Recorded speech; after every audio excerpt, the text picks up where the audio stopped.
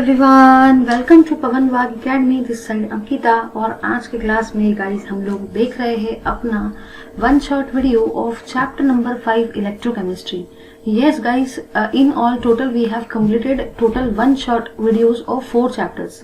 First chapter was solid state, second was solution, third was ionic equilibria, followed by fourth one which was thermodynamics. Or now we are looking into the fifth chapter one shot video which is electrochemistry of 12th standard Maharashtra state board. तो चलिए guys start करते हैं अपने इस one shot बढ़िया से video को जो आपको बहुत ज्यादा हेल्प करेगा आपके 12th स्टैंडर्ड के कंसेप्ट को रिवाइज करने के लिए। चलिए लेट्स लुक इनटू दिस। तो सबसे पहले गाइस हम लोग देख रहे हैं ड्राई सेल, मतलब बेसिकली इंट्रोडक्शन को कि इलेक्ट्रोकेमिस्ट्री क्या होता है, उसके इंट्रोडक्शन को हम लोग देख रहे हैं।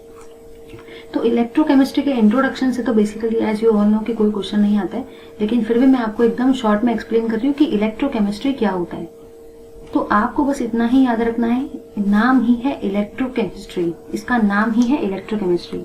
अब आप सबको ये बात बहुत बढ़िया तरीके से पता है कि जैसे नाम होते हैं वैसे ही काम होते हैं। अब इसका नाम ही है इलेक्ट्रोकेमिस्ट्री, मतलब ये जो एरिया है केमिस्ट्री का, ये आपको रिलेशन बताता है दो चीजों के बीच में। पहला होता है इलेक्ट्रिकल एनर्जी, मतलब इलेक्ट्रिकल एनर्जी और केमिकल एनर्जी, इनके बीच में क्या कनेक्शन है, क्या रिलेशन है, वो आपको बताता है इलेक्ट्रोकेमिस्ट्री। क्योंकि नाम ही है इलेक्ट्रोकेमिस्ट्री तो ये दो वर्ड से बना हुआ है, इलेक्ट्रो एंड केमिस्ट्री। इलेक्ट्रो का मतलब होता है इलेक्ट्रिकल एनर्जी और केमिकल का मतलब होता है केमिकल एनर्जी। तो इलेक्ट्रिकल और केमिकल एनर्जी के बीच में क्या क्या इंटर कन्वर्शंस होते हैं, that is related to electrochemistry. ठीक है, चलिए तो वही वाली चीज यहाँ पे दी है कि बेसिकली इलेक्ट्रोकेमिस्ट्री में होता क्या है। तो ध्यान से देखना, यहाँ पे अगर आप लोग ध्यान से देखते हो तो यहाँ पे आपको एक चीज समझ में आ रही है कि इलेक्ट्रोकेमिस्ट्री में इंटर कन्वर्शन होता है इलेक्ट्रिकल एनर्जी का और केमिकल एनर्जी का, जो कि अभी हम लोगों ने थोड़ी देर पहले देखा। ठीक है, उसके बाद में दो टाइप के कंडक्शन होते हैं। पहला होता है इलेक्ट्रिक कंडक्शन और सेकंड होता है मेटालिक कंडक्शन। ये जो कंडक्शन है ये अलग अलग टाइप से रिकॉग्नाइज किए गए हैं ऑन द बेसिस ऑफ ये कैसे क्या इलेक्ट्रिसिटी को कंडक्ट करते हैं। हर किसी का अपना अपना मेथड होता है, हर किसी का अपना अपना वे होता है इलेक्ट्रिसिटी को कंडक्ट करने का। तो इलेक्ट्रिक कंडक्शन में कुछ डिफरेंट तरीके से इलेक्ट्रिसिटी कंडक्ट होती है, मेटालिक कंडक्शन में कुछ डिफरेंट तरीके से इलेक्ट्रिसिटी कंडक्ट होती है, आयोनिक कंडक्शन में कुछ डिफरेंट तरीके से इलेक्ट्रिसिटी कंडक्ट होती है। तो सबसे पहली चीज है इलेक्ट्रिक कंडक्शन। अगर आप इसके नाम को ध्यान से देखते हो तो यहाँ पे एक बढ़िया सा वर्ड आ रहा है कंडक्शन, और कंडक्शन का मतलब होता है कंडक्टर्स। याद रखना कि कंडक्शन मतलब ही कंडक्टर्स होते हैं। एक ऐसे सब्सटेंस जो इलेक्ट्रिसिटी को कंडक्ट करते हैं उनको हम लोग बोलते हैं इलेक्ट्रिक कंडक्टर्स, और उस फिनोमिना को बोलते हैं इलेक्ट्रिक कंडक्शन। अगर आप ध्यान से देखते हो तो इसका नाम ही है इलेक्ट्रिक कंडक्शन। ये जो नाम है, ये जो नेम है, ये दो वर्ड से मिलकर बनता है, इलेक्ट्रिक और कंडक्शन। मतलब ऐसे सब्सटेंस जो कंडक्ट करते हैं इलेक्ट्रिसिटी को, उसको हम लोग बोलते हैं इलेक्ट्रिक कंडक्टर्स, और फिनोमिना को बोलते हैं इलेक्ट्रिक कंडक्शन। अब अगर मैं बात करती हूँ मेटल्स की, तो मेटल्स में आप सभी को पता है कि मेटल्स के अंदर में एक थिंग होती है जिसको हम लोग बोलते हैं फ्री इलेक्ट्रॉन्स। याद रखना है कि मेटल के अंदर में एक ही चीज होती है, दैट इज फ्री इलेक्ट्रॉन। तो मेटल्स जो होते हैं वो बहुत अच्छे कंडक्टर होते हैं इलेक्ट्रिसिटी के। रीजन ये है क्योंकि उनमें इलेक्ट्रॉन्स जो होते हैं वो फ्रीली मूव करते हैं।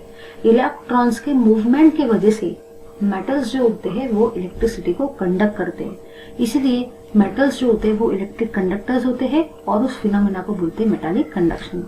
ठीक है, तो याद रखना मेटालिक कंडक्शन मतलब एक ऐसे सब्सटेंसेस जो इलेक्ट्रिसिटी को कंडक्ट करते हैं by the flow of electrons. उसके बाद में नेक्स्ट है आयोनिक कंडक्शन। तो आयोनिक कंडक्शन में इसका नाम ही है आयोनिक कंडक्शन। अगर मैं बात करती हूँ मेटालिक कंडक्शन की, तो मेटालिक कंडक्शन में इलेक्ट्रॉन्स फ्रीली मूव होते हैं और वो कंडक्ट करते हैं इलेक्ट्रिसिटी को, इसलिए उस फिनोमिना को बोला जाता है मेटालिक कंडक्शन। अब इसका नाम ही है इलेक्ट्रोलिटिक और आयोनिक कंडक्शन। मतलब आपको एक आइडिया तो इसके नाम से मिल गया, क्योंकि इसका नाम है आयोनिक कंडक्शन। मतलब यहाँ पे जो इलेक्ट्रिसिटी कंडक्ट होंगी वो किसके मूवमेंट की वजह से होंगी, वो होंगी आयंस के मूवमेंट की वजह से। तो याद रखना कि अगर इलेक्ट्रिसिटी कंडक्ट होती है by the movement of ions तो उसको बोला जाता है आयोनिक कंडक्टर्स। ठीक है, तो बस इतना ही याद रखना है कि यहाँ पे आपका मूवमेंट होता है आयंस का। पूरी थ्योरी आपको याद नहीं रखनी है, सिर्फ जो इंपॉर्टेंट पॉइंट है कि आयन का मूवमेंट होता है तो आयोनिक कंडक्शन, इलेक्ट्रॉन का मूवमेंट होता है तो मेटालिक कंडक्शन। उसके बाद में सब्सटेंसेस जो होते हैं वो दो मेजर टाइप्स के होते हैं। मतलब आपको एक चीज याद रखना है कि सब्सटेंसेस के दो मेजर टाइप्स होते हैं। पहले होते हैं इलेक्ट्रोलाइट्स और सेकंड होते हैं नॉन इलेक्ट्रोलाइट्स। ठीक है, मतलब सब्सटेंसेस के टोटल दो टाइप्स है। तो अभी हम लोग देख रहे हैं फर्स्ट टाइप नॉन इलेक्ट्रोलाइट को और सेकेंड टाइप इलेक्ट्रोलाइट को। अगर आप लोग ध्यान से देखते हो तो ऐसे सब्सटेंसेस जो वाटर के अंदर में, जिसको आप जब वाटर में डालते हो तो वो डिसोसिएट नहीं होते, do not dissociate in water, in aqueous solution मतलब ही इन वाटर। ठीक है, तो जैसे कि इनका नाम ही है नॉन इलेक्ट्रोलाइट, अगर आप नाम को ही ध्यान से देखते हो ना तो नाम ही कह रहा है नॉन इलेक्ट्रोलाइट, मतलब ऐसे सब्सटेंसेस जो इलेक्ट्रोलाइट नहीं है, क्योंकि नाम ही है नॉन इलेक्ट्रोलाइट। तो ऐसे सब्सटेंसेस जो इलेक्ट्रोलाइट नहीं है, जो वाटर में डालने के बाद डिसोसिएट नहीं होते, उनको हम लोग नॉन इलेक्ट्रोलाइट बोलते हैं। और नॉन इलेक्ट्रोलाइट की सबसे बेस्ट एग्जांपल है सुक्रोज और यूरिया। याद रखना, सुक्रोज और यूरिया बहुत बढ़िया एग्जांपल है नॉन इलेक्ट्रोलाइट का। बट अगर मैं बात करती हूँ इलेक्ट्रोलाइट की, तो इलेक्ट्रोलाइट जो होते हैं वो नॉन इलेक्ट्रोलाइट के एग्जैक्टली अपोजिट होते हैं। तो ऐसे सब्सटेंसेस जो वाटर के अंदर में डिसोसिएट होते हैं उनको हम लोग इलेक्ट्रोलाइट बोलते हैं। तो याद रखना, ऐसे सब्सटेंस जो वाटर के अंदर डिसोसिएट होते हैं उनको हम इलेक्ट्रोलाइट बोलते हैं, जैसे कि NaCl, KCl, HCl।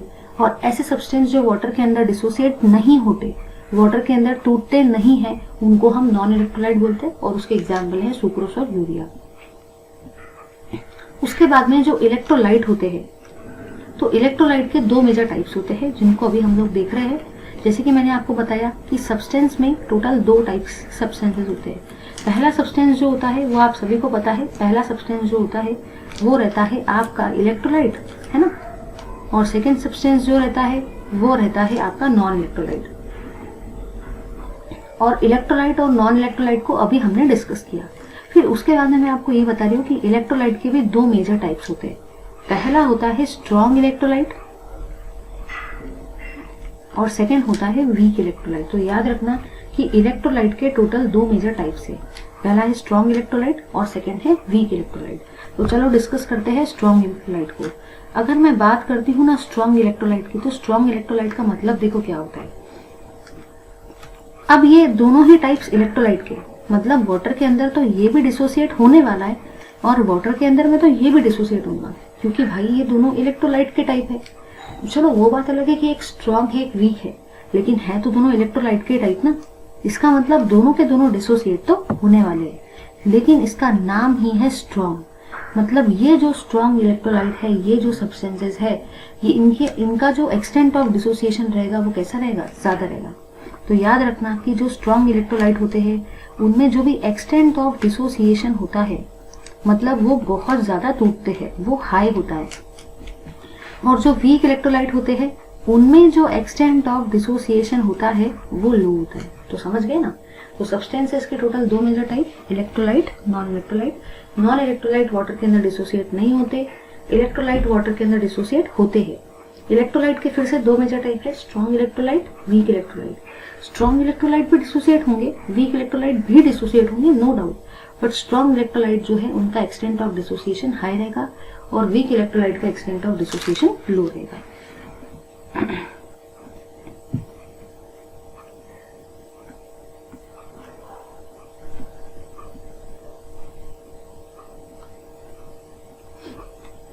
उसके बाद में हम लोग डिस्कस कर रहे हैं इलेक्ट्रिकल कंडक्टेंस को। तो याद रखना है कि बचपन से ही आप लोगों ने एक लॉ पढ़ा था जिसका नाम था ओम्स लॉ। और ओम्स लॉ को अगर ध्यान से देखा जाए तो ओम्स लॉ का मतलब होता है V इक्वल्स टू IR।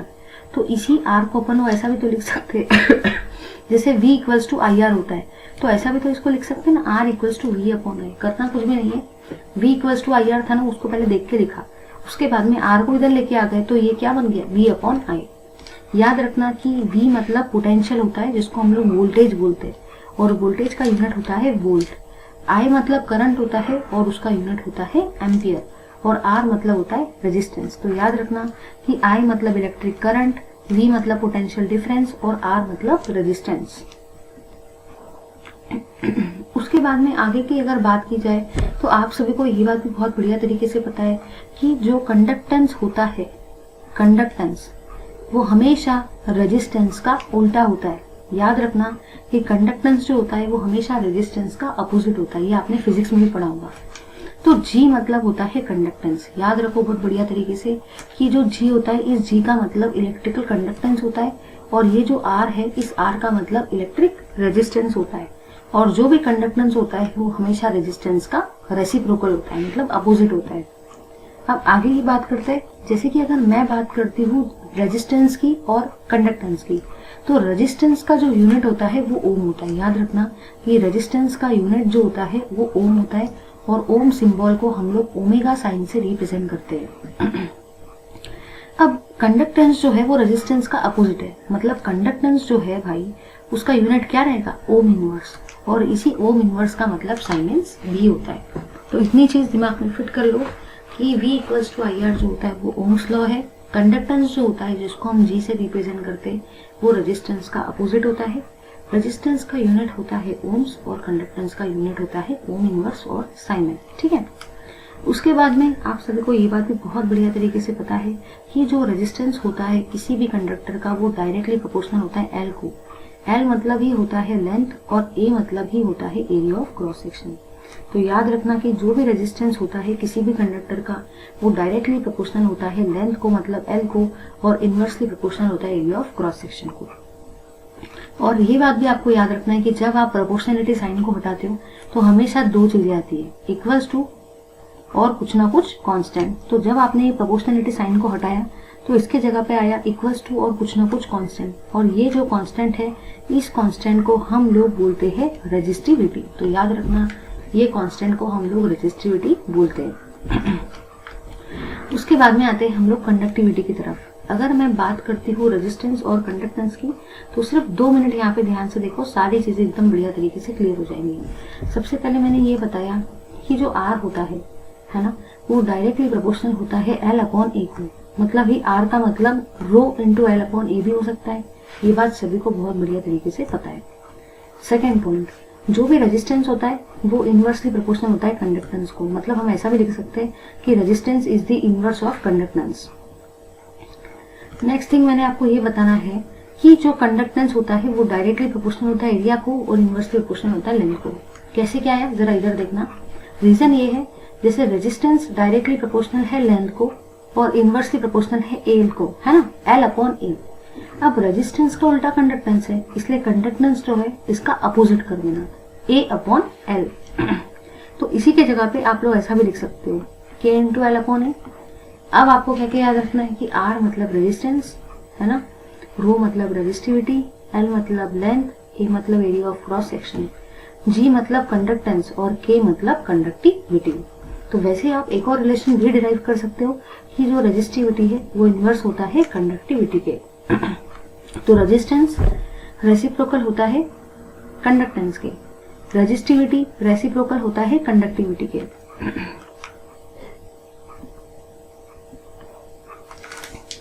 उसके बाद में यहाँ पे कुछ लेंथ दे रखे कि लेंथ का ऐसा यूनिट क्या है, एरिया का क्या है, रेजिस्टेंस का क्या है, कंडक्टिविटी का क्या है, वो आप आराम से यहाँ से देख सकते हो। तो आपको बस इतना याद रखना है कि रेजिस्टेंस का यूनिट होता है ओम्स, ठीक है, कंडक्टेंस का यूनिट होता है ओम इनवर्स और साइन, ठीक है। इन द सेम फैशन जो कंडक्टिविटी है, जो रेजिस्टिविटी है, रेजिस्टिविटी का यूनिट होता है ओम मीटर, और जो कंडक्टिविटी है उसका यूनिट होता है ओम इनवर्स मीटर इनवर्स। इसी का मतलब साइमन मीटर इनवर्स भी लिख सकते हो। ये सब मैंने ऐसा यूनिट के बारे में आपको बताया, ठीक है।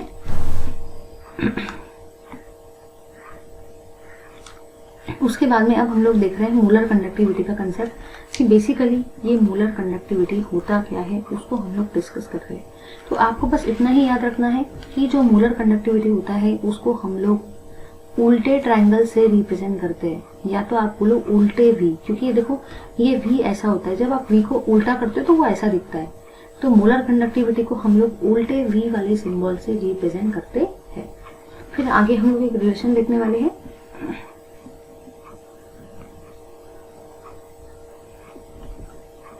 वो रिलेशन देखो क्या कहता है। वो रिलेशन आपको बता रहा है सिग्निफिकेंस ऑफ मोलर कंडक्टिविटी और इलेक्ट्रोलाइटिक कंडक्टिविटी के बारे में। एक सेकेंड, हाँ, ये फॉर्मूला नहीं है, पहले फॉर्मूले को डिस्कस करेंगे, बाद में सारी चीजें डिस्कस करते हैं। तो पहले आपको ये चीज याद रखना है कि जो मोलर कंडक्टिविटी होता है उसका एक फॉर्मूला होता है 1000 K/C। ये फॉर्मूला बहुत ज्यादा इंपॉर्टेंट है, मैक्सिमम जगह पे ये formula as in the form of numerical आता है। तो उल्टा V मतलब ही molar conductivity equals to 1000 K/C। याद रखना, इसका मतलब मोलर कंडक्टिविटी होता है और इस K का मतलब इलेक्ट्रिकल कंडक्टिविटी होता है। तो एक चीज आपको याद रखना है कि दोनों ही कंडक्टिविटी है। K मतलब भी कंडक्टिविटी होता है और उल्टा V मतलब भी कंडक्टिविटी ही होता है, लेकिन एक मोलर है और एक इलेक्ट्रिकल है। K मतलब इलेक्ट्रिकल कंडक्टिविटी और उल्टा V मतलब ही मोलर कंडक्टिविटी। अब देखो यहाँ पे एक फॉर्मूला दे रखा है, उसने क्या किया, मोलर कंडक्टिविटी जो है 0.05 मोलर BaCl2 सॉल्यूशन। ये जो 0.05 मोलर BaCl2 है ये कंसंट्रेशन, याद रखना ये 0.05 मोलर कंसंट्रेशन है, ठीक है। और उसने आपको मोलर कंडक्टिविटी का वैल्यू बताया है, मतलब उल्टे V का वैल्यू बताया है, और वो पूछ रहा है कंडक्टिविटी मतलब ही K। तो याद रखना कि जब आपको लिखा जाता है मोलर कंडक्टिविटी, जब क्वेश्चन में मोलर कंडक्टिविटी लिखा जाता है तो आप उसको उल्टे V वाले सिंबल से रिप्रेजेंट करना। लेकिन अगर क्वेश्चन में कंडक्टिविटी बोला है तो समझ जाना कि ये जो सेकेंड टाइप है कंडक्टिविटी का, यही इलेक्ट्रिकल कंडक्टिविटी है, क्योंकि मैक्सिमम केसेस में वो मेंशन नहीं करता है इलेक्ट्रिकल कंडक्टिविटी को, वो सिर्फ कंडक्टिविटी लिखता है। तो आपको समझ जाना है कि उसका मतलब ही इलेक्ट्रिकल कंडक्टिविटी है, क्योंकि अगर एक मोलर कंडक्टिविटी है तो जाहिर सी बात है कि सेकेंड वाली कंडक्टिविटी तो इलेक्ट्रिकल कंडक्टिविटी ही रहेगी, है ना। तो भले इसने यहाँ पे सिर्फ कंडक्टिविटी लिखा है, बट आज आप समझ जाओ कि अगर पहली वाली मोलर है तो ये इलेक्ट्रिकल कंडक्टिविटी ही होगी। तो ये वाले फॉर्मूले को यूज करो और वैल्यू निकाल लो। अब हम लोग देख रहे हैं variation of electrical conductivity with concentration, और फिर इसके बाद में हम लोग देखेंगे variation of molar conductivity with concentration. ये दोनों को अभी मैं आपको यहाँ पे समझा के दे रही हूँ, तो सभी लोग यहाँ पे एकदम ध्यान से देखना। सबसे पहले हम लोग समझ रहे हैं वेरिएशन ऑफ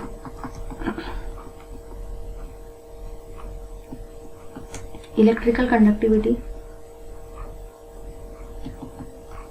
विद कंसंट्रेशन, और सेकंड हम लोग देखने वाले हैं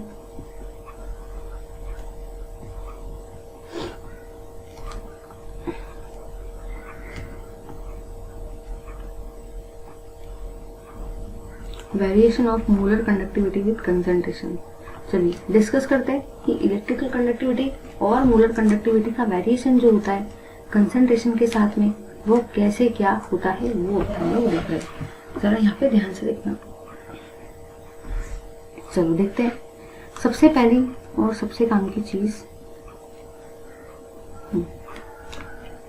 देखना कि जो इलेक्ट्रिकल कंडक्टिविटी होती है वो होती है कंडक्टिविटी पर यूनिट वॉल्यूम। मतलब ही हम लोग ये कह सकते हैं कि जो भी इलेक्ट्रिकल कंडक्टिविटी होती है, एक सेकेंड,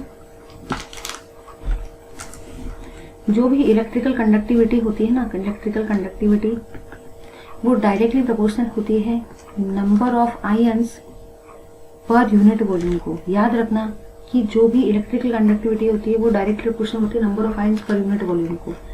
लेकिन जो भी आपकी मोलर कंडक्टिविटी होती है, मोलर कंडक्टिविटी सिर्फ वो डायरेक्टली प्रोपोर्शनल होती है टोटल नंबर ऑफ आयंस को, टोटल नंबर ऑफ आयंस। तो दोनों में फर्क है, दोनों ही कंडक्टिविटी ही है, एक इलेक्ट्रिकल है दूसरी मोलर है। इलेक्ट्रिकल कंडक्टिविटी डिपेंड करती है number of ions per unit volume में, और मोलर कंडक्टिविटी डिपेंड करती है टोटल नंबर ऑफ आयंस पे। अब देखो क्या होता है ऑन डाइल्यूशन। डाइल्यूशन का मतलब ही क्या होता है, एडिशन ऑफ वाटर। डाइल्यूशन का मतलब ही होता है एडिशन ऑफ वाटर। तो याद रखना कि जब आप डाइल्यूशन करवाते हो, मतलब ही जब आप वाटर का एडिशन करवाते हो, तो ऐसे केस में क्या होता है, ऐसे केस में कंसंट्रेशन जो होता है सॉल्यूशन का वो डिक्रीज होता है। क्योंकि हम अगर डाइल्यूशन करवा रहे हैं, मतलब ही हम अगर वाटर को ऐड करवा रहे हैं, तो ऐसे केस में कंसंट्रेशन सॉल्यूशन का डिक्रीज होगा। यहाँ पे भी वही चीज होंगी ऑन डाइल्यूशन, कि अगर आप डाइल्यूशन करवाते हो, मतलब ही आप अगर एडिशन करवाते हो वाटर का, मतलब ही H2O का, तो जो कंसंट्रेशन है सॉल्यूशन का वो तो डिक्रीज होगा, मतलब दोनों तरफ ही ये चीज सेम है।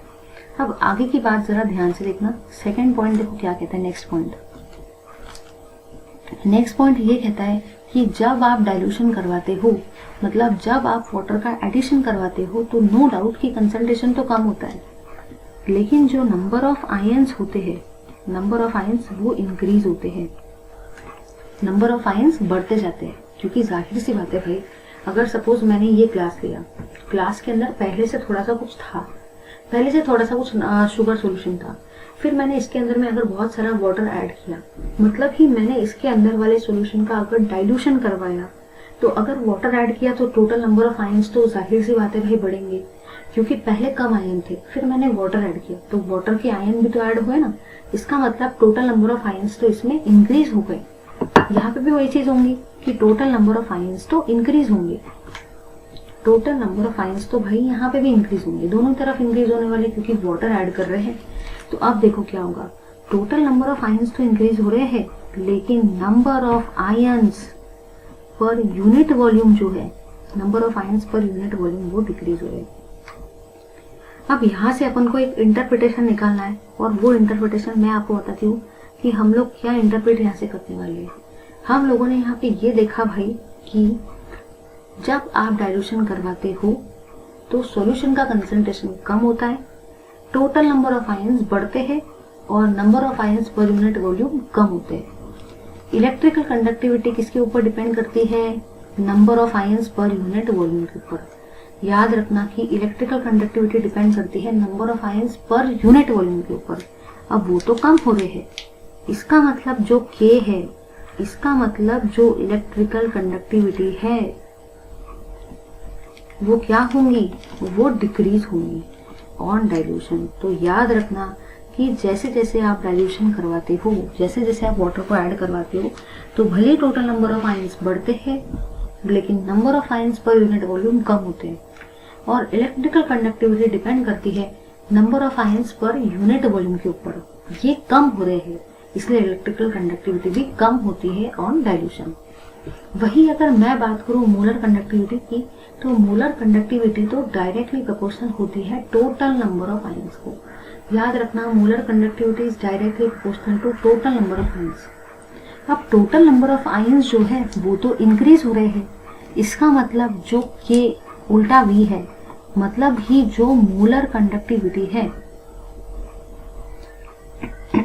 वो क्या होती है? वो इंक्रीज होती है ऑन डाइल्यूशन। तो सभी को आई होप समझ गया। ये होता है सिग्निफिकेंस कि कैसे क्या वेरिएशन होता है इलेक्ट्रिकल कंडक्टिविटी का विद डाइल्यूशन। आई होप सभी को समझ गया कि electrical conductivity directly proportional to number of ions per unit volume, और वो डिक्रीज होते हैं, इसलिए इलेक्ट्रिकल कंडक्टिविटी भी डिक्रीज होती है। और मोलर कंडक्टिविटी डायरेक्टली प्रोपोर्शनल होती है टोटल नंबर ऑफ आयंस को, वो इंक्रीज होते हैं, इसलिए मोलर कंडक्टिविटी भी इंक्रीज होती है।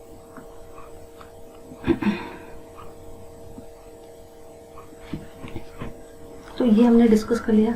अब हम लोग डिस्कस कर रहे हैं variation of molar conductivity with concentration की मोलर कंडक्टिविटी जो है वो कंसंट्रेशन के साथ में कैसे क्या वैरी होती है वो हमने देखा। लेकिन अब हम लोग डिस्कस करेंगे कि स्ट्रॉन्ग इलेक्ट्रोलाइट के लिए मोलर कंडक्टिविटी कैसे वैरी करती है, वीक इलेक्ट्रोलाइट के लिए मोलर कंडक्टिविटी कैसे वैरी करती है, वो अभी हम डिस्कस करने वाले हैं। ठीक है, जरा ध्यान देना यहाँ पे। अगर मैं बात करती हूँ फॉर स्ट्रॉन्ग इलेक्ट्रोलाइट, तो स्ट्रॉन्ग इलेक्ट्रोलाइट के लिए हमारे पास रिलेशन है। स्ट्रॉन्ग इलेक्ट्रोलाइट मतलब ऐसे इलेक्ट्रोलाइट जो वाटर में कंप्लीटली डिसोसिएट हो जाते हैं, बहुत ज्यादा डिसोसिएट होते हैं। और वीक इलेक्ट्रोलाइट मतलब ऐसे इलेक्ट्रोलाइट जो वाटर में बहुत कम डिसोसिएट होते हैं। ये सभी को बहुत बढ़िया तरीके से पता है। तो स्ट्रॉन्ग इलेक्ट्रोलाइट के लिए वी हैव वन एक्सप्रेशन, हमारे पास एक एक्सप्रेशन है। बट वीक इलेक्ट्रोलाइट के लिए हमारे पास ऐसा कोई भी एक्सप्रेशन नहीं है। स्ट्रॉन्ग इलेक्ट्रोलाइट का एक्सप्रेशन देखो क्या कहता है कि ये जो है ना, ये उल्टा V, इसका मतलब होता है मोलर कंडक्टिविटी। ठीक है, ये जो होता है ये उल्टा V और नीचे में नॉट, इसका मतलब होता है molar conductivity at infinite dilution.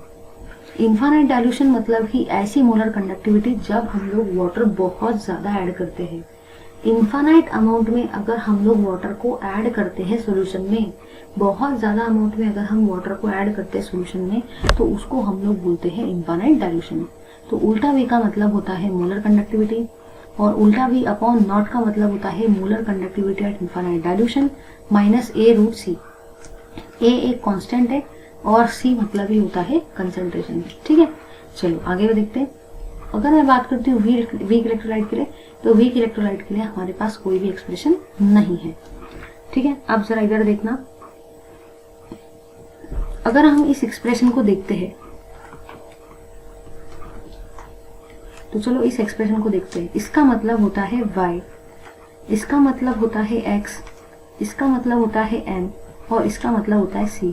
आप लोगों ने बहुत बार एक एक्सप्रेशन पढ़ा होगा स्ट्रेट लाइन का कि y equals to mx plus c, याद है ना कि y equals to mx plus c एक स्ट्रेट लाइन का इक्वेशन होता है। अब इसके नीचे y है, मतलब मोलर कंडक्टिविटी को आपको y एक्सिस पे लेना है, इसलिए मैंने इसको y एक्सिस पे लिया, और इसके नीचे रूट c के नीचे x है, मतलब इस रूट c को आप x एक्सिस पे लेंगे। देखो मैंने मोलर कंडक्टिविटी को y एक्सिस पे लिया और रूट c को मैंने x एक्सिस पे लिया। ठीक है, फिर मैंने एक स्ट्रेट लाइन को इस तरीके से ड्रॉ किया। अब आप लोग यहाँ पे ये देख रहे हो कि ये जो रो नॉट है इसके नीचे c है, मतलब ही y इंटरसेप्ट है। तो ये जो वैल्यू हुआ ना, ये वैल्यू हुआ रो नॉट का, मतलब ही y इंटरसेप्ट का।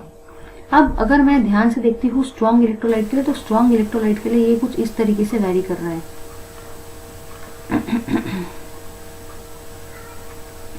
ठीक है, चलो आगे देखते हैं। बट अगर हम लोग बात करते हैं वीक इलेक्ट्रोलाइट की, तो वीक इलेक्ट्रोलाइट के लिए अगर आप ध्यान से देखते तो हमको यहाँ पे एक्स्ट्रापोलेशन करना पड़ा। तो ये थोड़ा सा ग्राफ समझना डिफिकल्ट काम है, लेकिन मैं आपको समझा देती हूँ एक बार शॉर्ट में। तो ये गाइस अभी हम लोग डिस्कस जो कर रहे हैं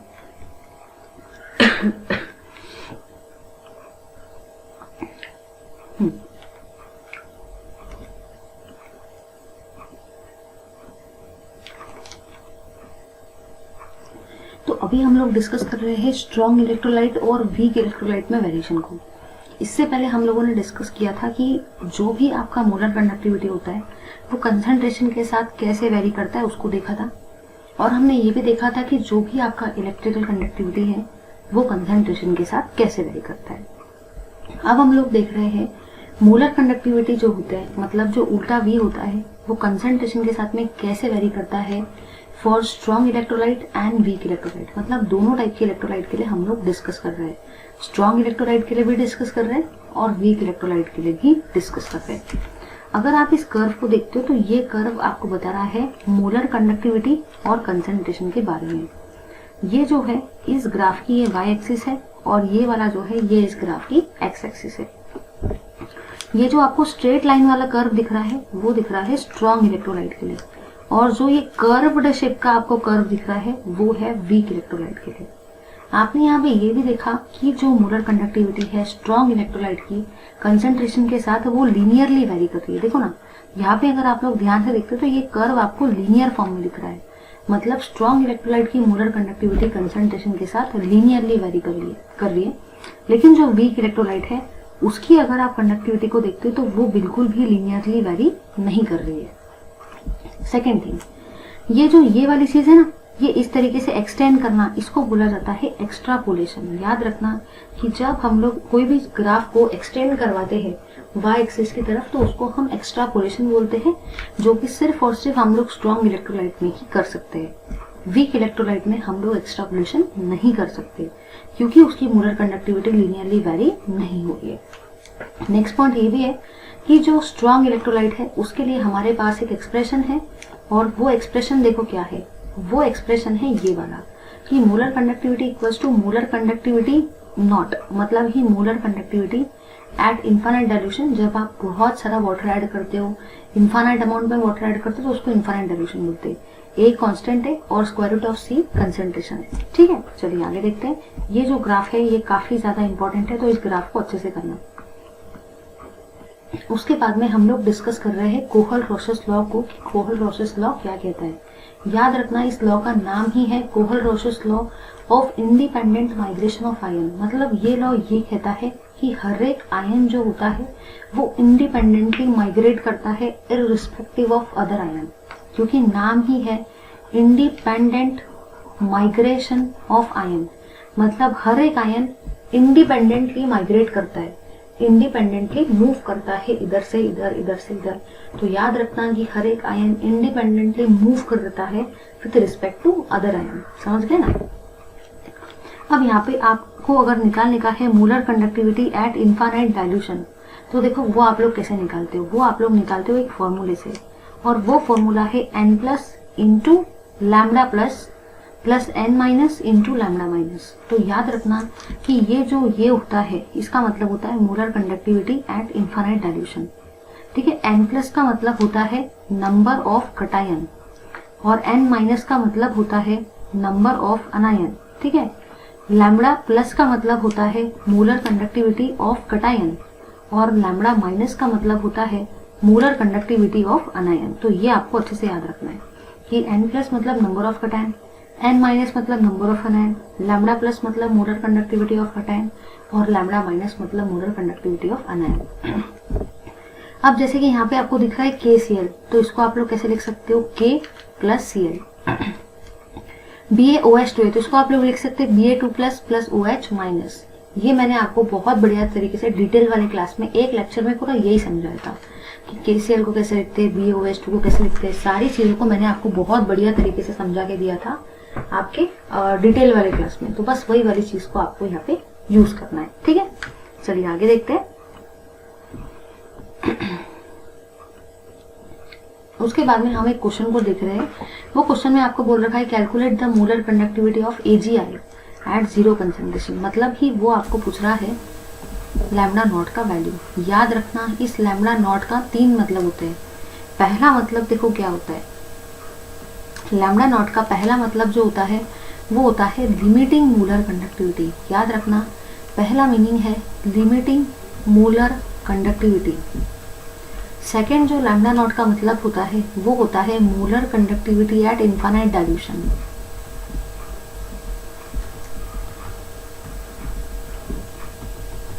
molar conductivity at infinite dilution. और इसी का मतलब एक और होता है कि molar conductivity at zero concentration. तो ऐसे 3 मीनिंग होते हैं, limiting molar conductivity at infinite dilution और molar conductivity at zero concentration. तो यहाँ पे आपको पूछ रखा है जीरो कंसंट्रेशन, मतलब ये आप समझ जाओ कि आपको लैम्डा नॉट का वैल्यू पूछा है। उसके बाद में उसने आपको मोलर कंडक्टिविटी दिया NaI की, AgNO3 की, NaNO3 की, इनकी वैल्यू उसने दी है। तो बस कुछ भी नहीं करना है, फॉर्मूले में पुटअप करना है और एक्सप्रेशन को सॉल्व करना है। अब जरा इधर देखो, आपको यहाँ पे चाहिए AgI आपको कहाँ से मिलेगा, जरा ध्यान से देखना। यहाँ से अगर आप ध्यान से देखते हो NaI को, तो NaI में 2 चीजें हैं, Na प्लस I, तो मैंने Na प्लस I को लिखा। AgNO3 में भी 2 चीजें, Ag और NO3, तो AgNO3 को भी लिखा। NaNO3 में भी 2 चीजें, Na और NO3, इसको लिखा हम लोगों ने। फिर आपने क्या किया, NaI को AgNO3 में ऐड किया और NaNO3 को उससे माइनस किया। तो यहाँ पे देखो क्या होता है, ये लैम्डा नॉट Na से लैम्डा नॉट Na कैंसिल हो गया। ठीक है, उसके बाद में आपने यहाँ ये देखा कि लैम्डा नॉट NO3 से लैम्डा नॉट NO3 कैंसिल हो गया। तो अब यहाँ पे बचा क्या है, lambda naught of Ag plus lambda naught of I, और इससे ही क्या मिला आपको, इससे ही आपको मिला लैम्डा नॉट ऑफ AgI। तो इस तरीके से आपने AgI का वैल्यू कैलकुलेट कर लिया।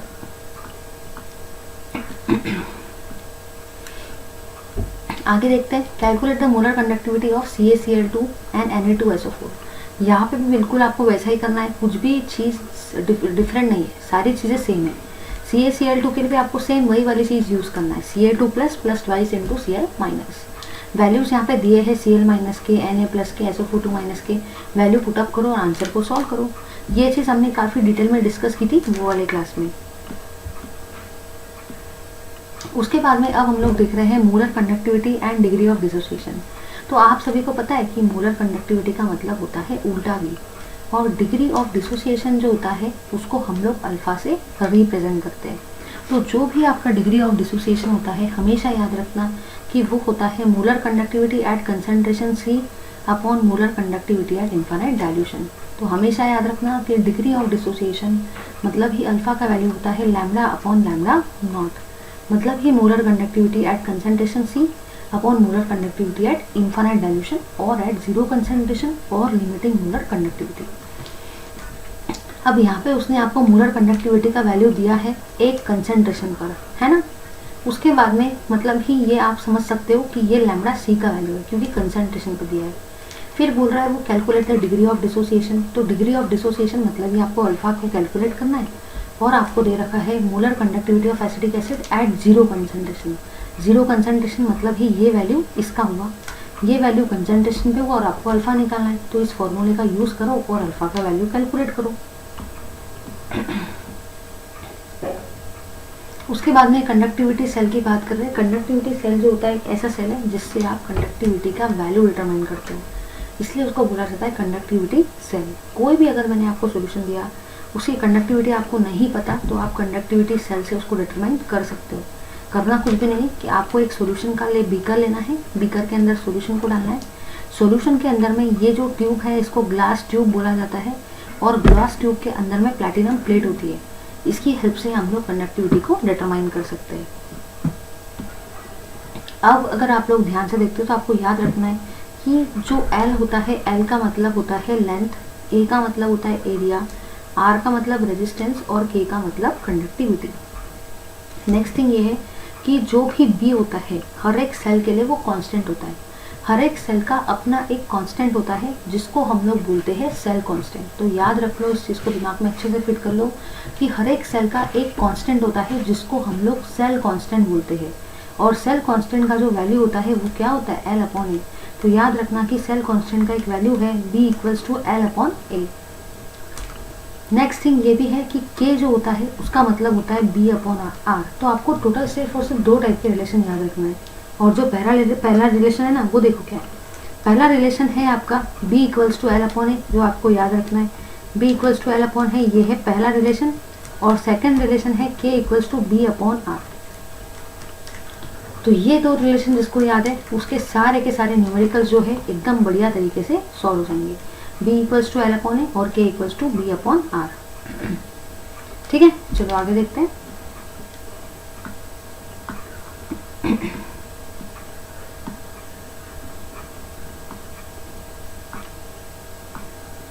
अब अगर देखो यहाँ पे क्या बोला है, a conductivity cell containing 0.01 molar KCl gives at 25 degree Celsius the resistance of this. मतलब आपका एक कंसंट्रेशन का वैल्यू दिया है और 604 आपको रेजिस्टेंस का वैल्यू दिया है। तो सेम सेल कंटेनिंग 0.001 मोलर दूसरे कंसंट्रेशन पे अगर आप ध्यान से देखते हो, ये पहला कंसंट्रेशन है, ये सेकेंड कंसंट्रेशन है, तो उस पर जो रेजिस्टेंस है वो दूसरा है R2। मतलब आपने क्या किया, पहले कंसंट्रेशन पे रेजिस्टेंस कुछ अलग था तो C1 पे रेजिस्टेंस जो है उसको आपने R1 मार्क कर लिया। Second same cell containing resistance concentration C2 तो उस पर रेजिस्टेंस है R2।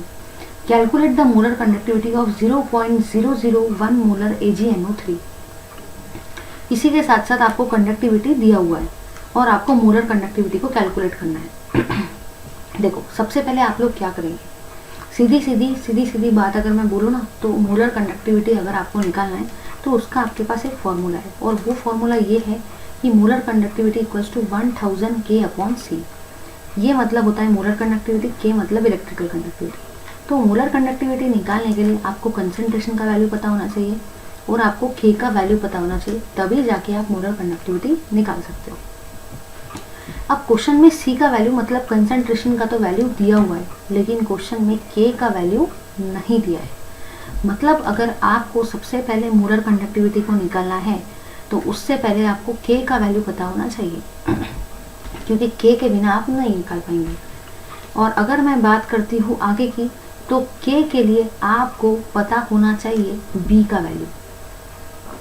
B के वैल्यू के बिना आप K नहीं निकाल सकते, K के बिना आप मोलर कंडक्टिविटी नहीं निकाल सकते। इसलिए सबसे पहले यहाँ पे अगर आप ध्यान से देखते हो तो B का वैल्यू निकाला गया है, मतलब ही सेल कांस्टेंट का वैल्यू। तो जब B का वैल्यू निकाला, जैसे आप सभी को पता है कि K equals to B upon R होता है, तो आप लोग B का वैल्यू कैसे निकालेंगे, K इंटू R। ये हुआ फर्स्ट सेल के लिए। तो फर्स्ट सेल के लिए आपने B का वैल्यू निकाल लिया, ठीक है। फिर अब आपने क्या किया, ये वाला जो B का वैल्यू आया उस B के वैल्यू को यहाँ पे यूज़ किया और सेकेंड सेल के लिए K का वैल्यू निकाला और इस K के वैल्यू से आपने फिर मोलर कंडक्टिविटी का वैल्यू निकाला। तो मोलर कंडक्टिविटी का वैल्यू डायरेक्ट नहीं निकलेगा, पहले K निकालो सेकेंड सेल के लिए, और उसके लिए पहले निकालो B, क्योंकि B का वैल्यू तो भाई दोनों के लिए सेम ही है, चाहे फर्स्ट सेल की बात करो चाहे सेकेंड सेल की बात करो। अगर सेल सेम है तो सेल कांस्टेंट का वैल्यू भी कैसा रहता है, सेम रहता है। उसके बाद में है इलेक्ट्रोकेमिकल सेल।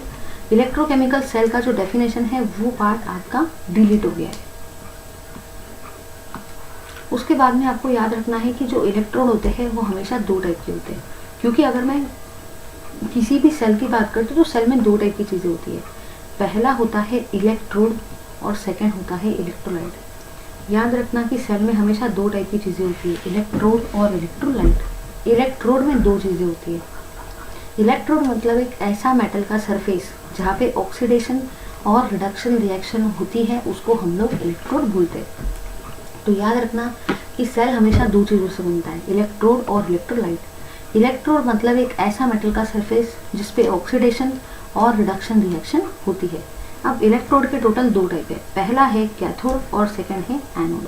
तो याद रखना कि जैसे कि मैंने आपको एक ट्रिक बताई थी, ओ ए ओ ए ओ ए ओ ए ओ ए ओ आ, तो आप सभी को ये बात बहुत बढ़िया तरीके से पता है कि जो भी ऑक्सीडेशन होता है वो हमेशा कहाँ पे होता है, ऑक्सीडेशन हमेशा होता है एनोड पर। तो वही वाली चीज़ लगी है, एक ऐसा इलेक्ट्रोड जिसपे ऑक्सीडेशन होता है उसको हम लोग एनोड बोलते हैं। ओ ए ओ ए ओ ए ओ ए, ओ मतलब ऑक्सीडेशन और ए मतलब एनोड। तो एक ऐसा इलेक्ट्रोड जिसपे ऑक्सीडेशन होता है उसको हम लोग एनोड बोलते हैं। तो अब आप ही बता दो भाई, कैथोड पे क्या होगा, कैथोड पे रिडक्शन होगा। तो एक ऐसा इलेक्ट्रोड जिसपे रिडक्शन होता है उसको हम लोग कैथोड बोलते हैं। उसके बाद में इलेक्ट्रोकेमिकल सेल के टोटल दो टाइप होते हैं, पहला होता है इलेक्ट्रोलिटिक सेल और सेकंड होता है गैल्वानिक और वोल्टाइक सेल। अब दोनों में मेन फर्क देखो क्या होता है। जो भी आपका गैल्वानिक सेल होता है उसमें केमिकल एनर्जी जो होती है वो इलेक्ट्रिकल एनर्जी में कन्वर्ट होती है। याद रखना, गैल्वानिक सेल में केमिकल एनर्जी इलेक्ट्रिकल एनर्जी में कन्वर्ट होती है, और इलेक्ट्रोलिटिक सेल इसका एग्जैक्टली अपोजिट है, इसमें इलेक्ट्रिकल एनर्जी केमिकल एनर्जी में कन्वर्ट होती है। तो आप लोगों ने यहाँ पे ये देखा कि इलेक्ट्रोकेमिकल सेल दो मेजर टाइप्स के होते हैं, पहला होता है गैल्वानिक और वोल्टाइक सेल और सेकंड होता है इलेक्ट्रोलिटिक सेल। गैल्वानिक और वोल्टाइक सेल में केमिकल एनर्जी इलेक्ट्रिकल एनर्जी में कन्वर्ट होती है, और इलेक्ट्रोलिटिक सेल में इलेक्ट्रिकल एनर्जी केमिकल एनर्जी में कन्वर्ट होती है। गैल्वानिक अगर आपको याद हो गया तो इलेक्ट्रोलिटिक उसका अपोजिट होता है। याद रखना कि गैल्वानिक सेल का ही दूसरा नाम है वोल्टाइक सेल। उसके बाद में एक आगे की चीज जो आपको याद रखना है वो अभी हम लोग डिस्कस करते हैं एकदम शॉर्ट में, जरा ध्यान देना। कहना मुझे यहाँ पे ये है कि सेल के टोटल दो टाइप होते हैं, है ना, जैसे कि आप सभी को पता है। पहला होता है गैल्वानिक सेल जिसको हम लोग वोल्टाइक सेल भी बोलते हैं। तो याद रखना, पहला होता है गैल्वानिक सेल और वोल्टाइक सेल, और सेकंड होता है इलेक्ट्रोलिटिक सेल। अब गैल्वानिक सेल और वोल्टाइक सेल में देखो क्या याद रखना है, उसमें एनोड होता है और यहाँ पे भी कैथोड होता है। वैसे जो इलेक्ट्रोलिटिक सेल है उसमें टोटल दो टाइप के इलेक्ट्रोड होते हैं, पहला होता है एनोड और सेकंड होता है कैथोड। तो आपको यहाँ पे देखो क्या याद रखना है कि गैल्वानिक सेल में क्या एनोड जो होता है वो नेगेटिव होता है और कैथोड जो होता है वो पॉजिटिव होता है। याद रखना, गैल्वानिक सेल में और वोल्टाइक सेल में एनोड हमेशा नेगेटिव होता है और कैथोड पॉजिटिव होता है। तो अगर मैं बात करती हूँ इलेक्ट्रोलिटिक सेल की, तो गैल्वानिक सेल और वोल्टाइक सेल का एग्जैक्टली अपोजिट होता है आपका इलेक्ट्रोलिटिक सेल। अब गैल्वानिक सेल में एनोड नेगेटिव है तो इलेक्ट्रोलिटिक सेल में एनोड पॉजिटिव रहेगा, समझ गए ना। गैल्वानिक सेल में कैथोड पॉजिटिव है तो इलेक्ट्रोलिटिक सेल में कैथोड नेगेटिव रहेगा, जस्ट उसका अपोजिट कर देना, समझ गए ना। उसके बाद में नेक्स्ट है इलेक्ट्रोलिसिस ऑफ मोल्टन NaCl। अब इलेक्ट्रोलिसिस जो है ये दो टाइप की होती है। इलेक्ट्रोलिसिस पहले तो एक होता है इलेक्ट्रोलिसिस मोल्टन NaCl में। याद रखना, मोल्टन NaCl का मतलब ही फ्यूज NaCl होता है। कभी कभी पेपर में मोल्टन NaCl वर्ड से नहीं पूछा जाता है, फ्यूज्ड NaCl से पूछा जाता है। तो याद रखना कि फ्यूज मतलब ही मोल्टन होता है, इसलिए यहाँ पे फ्यूज्ड NaCl भी लिखा है। अब जाहिर सी बात है इसका नाम है इलेक्ट्रोलिसिस, मतलब ये जो सेल है, ये सेल कौन सा सेल हुआ, ये सेल हुआ आपका इलेक्ट्रोलिटिक सेल, क्योंकि इस प्रोसेस का नाम है इलेक्ट्रोलिसिस। और इलेक्ट्रोलिटिक सेल में हमेशा क्या होता है, जो भी इलेक्ट्रिकल एनर्जी होती है वो केमिकल एनर्जी में कन्वर्ट होती है। इलेक्ट्रिकल एनर्जी इसका मतलब ही यहाँ पे हम लोग किसका यूज़ करते हैं, बैटरी का यूज़ करते हैं। तो इलेक्ट्रोलिसिस वाले प्रोसीजर में आप इलेक्ट्रोलिटिक सेल यूज़ कर रहे हो, मतलब ही इलेक्ट्रिकल एनर्जी को केमिकल एनर्जी में कन्वर्ट कर रहे हो। इसका ही मतलब हम लोग वहाँ पे बैटरी का यूज़ करते हैं। ठीक है, यहाँ पे आप लेंगे फ्यूज्ड NaCl को। फ्यूज मतलब सिर्फ NaCl लिया है, NaCl के अलावा और कोई भी चीज़ वहाँ पे आपने नहीं ली है। ठीक है, फिर क्या होगा, इसमें भी दो टाइप की चीज़ें रहेंगी, एक रहेगा एनोड, एक रहेगा कैथोड। एनोड पर हमेशा क्या होता है, ऑक्सीडेशन, क्योंकि OA तो ऑक्सीडेशन एनोड पे होता है। तो कैथोड पे होता है आपका रिडक्शन। आपको ये भी याद रखना है कि जब आप इलेक्ट्रोलिसिस करवाते हो तो इलेक्ट्रोलिटिक सेल में एनोड पॉजिटिव होता है और कैथोड नेगेटिव होता है। और ये भी याद रखना है कि इलेक्ट्रोलिसिस करवाने के लिए कार्बन ही आपने एनोड लिया और कार्बन ही आपने एज अ कैथोड भी लिया। ठीक है, चलिए आगे देखते हैं।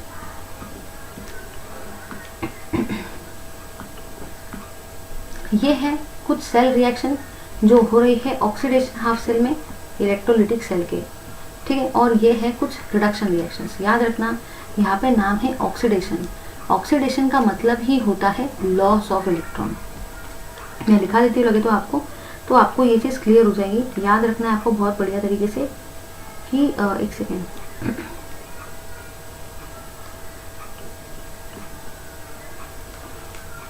कि ऑक्सीडेशन जो होता है उसका मतलब होता है लॉस ऑफ इलेक्ट्रॉन, क्योंकि ऑक्सीडेशन के स्पेलिंग में भी आता है O और लॉस के भी स्पेलिंग में आता है। तो ऑक्सीडेशन का मतलब होता है loss of electron. In the same fashion आपको ये भी याद रखना है कि रिडक्शन जो होता है उसका मतलब होता है गेन ऑफ इलेक्ट्रॉन, क्योंकि ऑक्सीडेशन की स्पेलिंग में आ रहा है O और लॉस के भी स्पेलिंग में आ रहा है O, तो ऑक्सीडेशन का मतलब लॉस ऑफ इलेक्ट्रॉन है। तो आप लोग भी समझ जाओगे कि अगर ऑक्सीडेशन का मतलब लॉस ऑफ इलेक्ट्रॉन है तो लॉस का उल्टा क्या होता है, गेन होता है, मतलब रिडक्शन में गेन ऑफ इलेक्ट्रॉन होगा। तो यहाँ पे अगर ओवरऑल सेल रिएक्शन को ध्यान से देखते हो, ये छोटे छोटे रिएक्शन नहीं पड़े तो भी चल जाएंगे, लेकिन ओवरऑल सेल रिएक्शन आपको पता होना चाहिए। यहाँ पे ये जो Cl- है ये इलेक्ट्रॉन को लॉस कर रहा है, और अगर कोई भी चीज़ इलेक्ट्रॉन को लॉस करती है मतलब उस प्रोसेस को आप लोग क्या बोलते हो, oxidation. In the same fashion अगर आप ध्यान से देखते हो तो कैथोड पर इलेक्ट्रॉन का गेन होता है। यहाँ पे जो Na+ आयन है, यहाँ पे जो Na+ आयन है ना भाई, वो आपके इलेक्ट्रॉन्स को गेन कर रहा है। तो Na+ आयन इलेक्ट्रॉन्स को गेन कर रहा है। गेन करने का मतलब ही क्या होता है, रिडक्शन रिएक्शन। इसलिए ये जो रिडक्शन रिएक्शन है ये कैथोड पर हो रही है, क्योंकि Na+ इलेक्ट्रॉन को गेन करके Na फॉर्म कर रहा है, और Cl- इलेक्ट्रॉन को लॉस कर रहा है और Cl2 फॉर्म कर रहा है। इसलिए इस प्रोसेस को आप लोग ऑक्सीडेशन बोल रहे हो, और ये हमेशा एनोड पर होती है। उसके बाद में आपने कुछ भी नहीं किया, नेट सेल रिएक्शन लिखा। याद रखना कि नेट सेल रिएक्शन मतलब ही ओवरऑल सेल रिएक्शन होती है। तो कैसे क्या ऑब्टेन होंगे, कुछ भी नहीं करना है। जो भी रिएक्शन, जो भी ऑक्सीडेशन वाली रिएक्शन है पहले उसको लिख दो, जो भी रिडक्शन वाली रिएक्शन है फिर उसको लिख दो, और कुछ भी नहीं करना है, दोनों को ऐड करना है।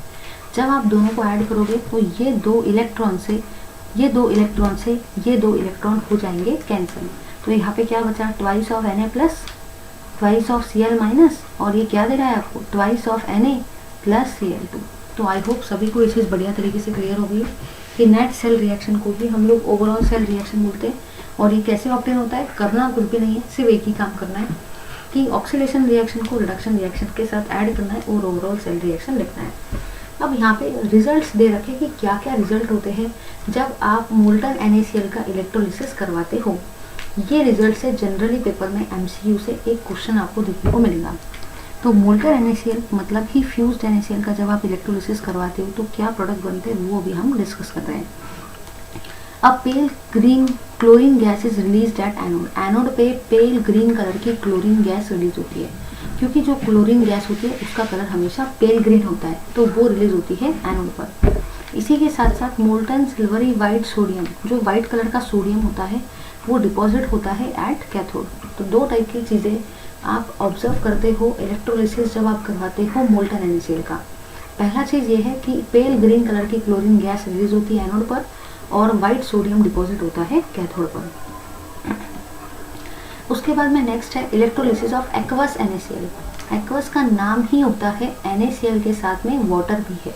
तो अब आपको दो चीज़ें याद रखना है कि इलेक्ट्रोलिसिस तो भाई आप करवा रहे हो, मतलब कि आप इलेक्ट्रोलिटिक सेल का तो यूज़ कर रहे हो, मतलब ही आप इलेक्ट्रिकल एनर्जी को केमिकल एनर्जी में तो कन्वर्ट कर रहे हो, मतलब ही आप उस सेल में बैटरी का तो यूज करने वाले हो। लेकिन जब आप इलेक्ट्रोलिसिस करवा रहे हो फ्यूज्ड NaCl का तो सिर्फ NaCl लिया, और जब आप इलेक्ट्रोलिसिस करवा रहे हो एक्वस NaCl का तो आपने NaCl के साथ में एक्वस मतलब ही वाटर मतलब ही H2O को भी लिया है। तो अब रिएक्शन में वाटर भी आएगा और H2O और सोडियम भी आएगा। देखो, फर्स्ट रिएक्शन है रिडक्शन रिएक्शन। रिडक्शन का मतलब ही क्या होता है? रिडक्शन का मतलब ही होता है गेन ऑफ इलेक्ट्रॉन, और ये हमेशा कहाँ पे होता है? कैथोड पर।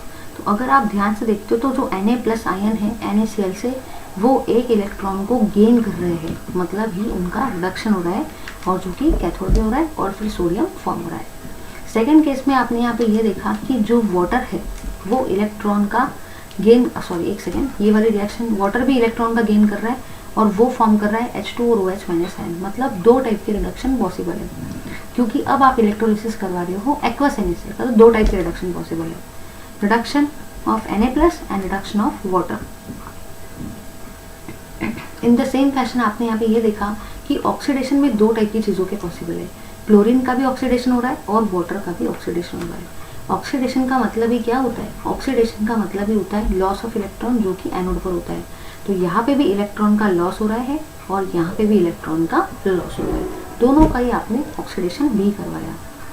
फिर आपने यहाँ पे ये देखा कि आपने जब क्लोरीन का भी ऑक्सीडेशन करवाया और जब आपने वाटर का भी ऑक्सीडेशन करवाया, तो क्लोरीन भी है और वाटर भी है।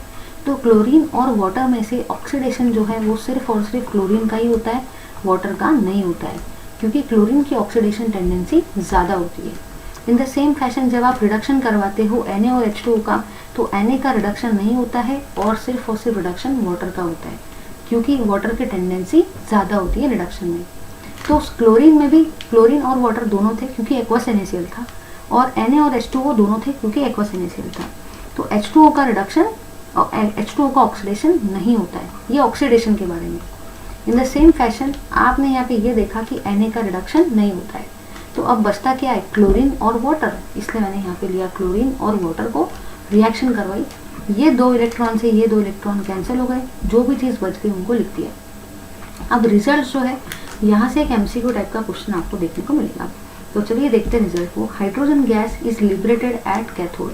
कैथोड पर हाइड्रोजन गैस लिबरेट होती है, रिलीज होती है, और क्लोरीन गैस जो है, जो कि पेल ग्रीन कलर की होती है, वो रिलीज होती है एनोड पर। ठीक है, उसके बाद में यहाँ पे एक फॉर्मूला दे रखा है कि कैसे क्या आप क्वांटिटी ऑफ इलेक्ट्रिसिटी को कैलकुलेट करेंगे। तो आप सभी को पता है कि जो भी चार्ज होता है ना, जिसका यूनिट कूलम होता है, जिसको हम Q से रिप्रेजेंट करते हैं, उसका फॉर्मूला ही होता है I × T। I का मतलब होता है करंट, T का मतलब होता है टाइम, और Q का मतलब होता है चार्ज और क्वांटिटी ऑफ इलेक्ट्रिसिटी। उसके बाद में आपको ये भी याद रखना है कि जो मोल रेशो होता है वो देखो क्या कहता है। मोल रेशो जो होता है वो एक फॉर्मूले से हम रिप्रेजेंट करते हैं। मोल रेशो कहता है number of moles of product form in half reaction, कितने प्रोडक्ट हाफ रिएक्शन में फॉर्म हुए हैं, upon number of moles of electron required in half reaction, कितने इलेक्ट्रॉन आपको लगे। तो आप एक कोई भी हाफ सेल रिएक्शन को कंसिडर करो, उसमें आपको देखना है कितने मोल प्रोडक्ट फॉर्म हुए हैं और अपॉन में लिखना है कितने मोल इलेक्ट्रॉन यूज हुए। तो अगर सपोज हम लोग ये रिएक्शन को कंसिडर करते हैं, तो आपने यहाँ पे ये देखा कि यहाँ पे 1 मोल कॉपर फॉर्म हुआ है, इसलिए आपने न्यूमरेटर में क्या लिखा? 1 लिखा, और इलेक्ट्रॉन कितने यूज़ किए? 2 मोल, इसलिए मैंने डिनोमिनेटर में क्या लिखा? 2 मोल। तो बस इतना याद रखना है कि मोल रेशियो का मतलब ही होता है number of moles of product form in half reaction upon number of moles of electron. तो प्रोडक्ट 1 फॉर्म हुआ इसलिए 1, और इलेक्ट्रॉन 2 यूज हुए इसलिए अपॉन में 2 आया। उसके बाद में मास ऑफ प्रोडक्ट का एक फॉर्मूला है I × T upon 96500 into mole ratio into molecular mass.